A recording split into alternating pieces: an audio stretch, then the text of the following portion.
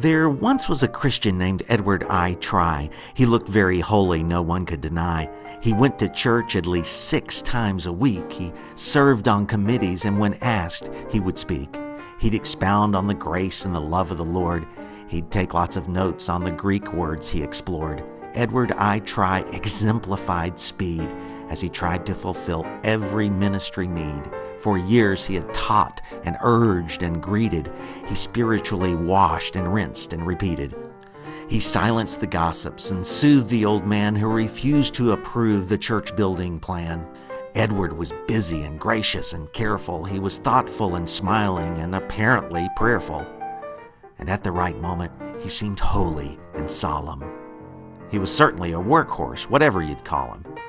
He had dreams of becoming a Christian sensation and winning the acceptance of the entire congregation.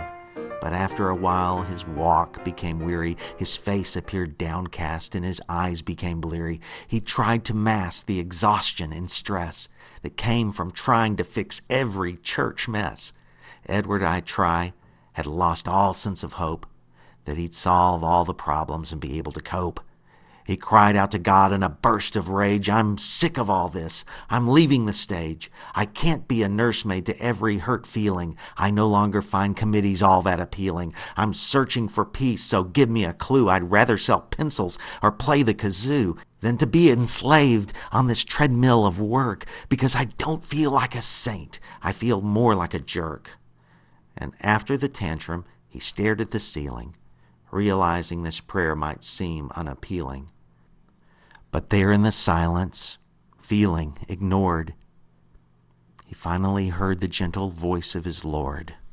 "At last you've reached the end of your rope. I'm ecstatic that you've abandoned your instinct to cope. I never blessed your list of to-dos that gave you a case of the spiritual blues. You see, now that you've admitted you don't have a clue, you've finally become someone that I can work through.